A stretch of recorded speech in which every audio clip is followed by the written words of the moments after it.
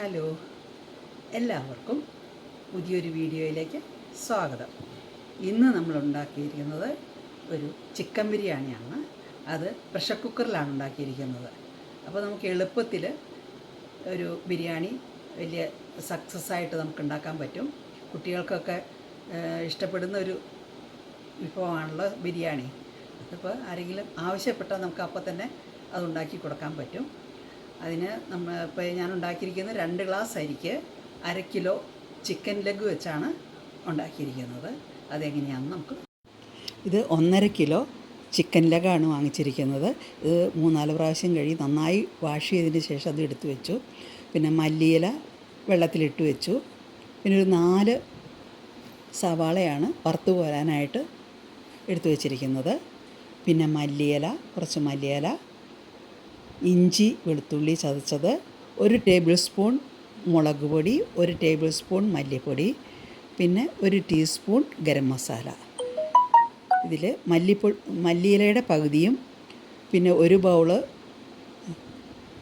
പുളിയില്ലാത്ത തൈരും ബാക്കി മസാലകളും ഉപ്പും ചേർത്ത്, പിന്നെ വറുത്ത് കോരിയിരുന്ന സവാളയുടെ പകുതി, 3-4 ഏലക്ക, കുരുമുളക്, 1 നുള്ളു കുരുമുളക്, ഇവ ചതച്ച് നന്നായിട്ട് തിരുമ്മി വെച്ചു. അതിൽ 1/2 കിലോയുടെ മാത്രമാണ് നമ്മൾ ഇത് ബിരിയാണിക്കായിട്ട് എടുത്തത്. കുക്കറിൽ 2 ടേബിൾ സ്പൂൺ നെയ്യ് ഒഴിച്ചതിന് ശേഷം അതിൽ chicken leg 1/2 kilo chicken leg ഇട്ടു. അതിലേക്ക് 2 ഗ്ലാസ് അരി കഴുകി വാരി അത് ഉപയോഗിച്ചു. അതിലേക്ക് 2.5 ഗ്ലാസ് വെള്ളമാണ് ഒഴിച്ചു കൊടുത്തത്.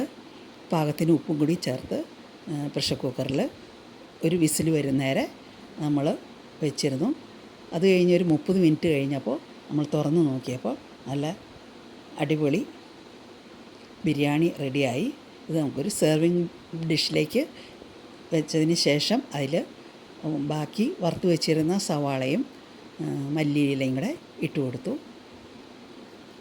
നല്ല സ്വാദിഷ്ടമായ ചിക്കൻ ബിരിയാണി റെഡിയായി.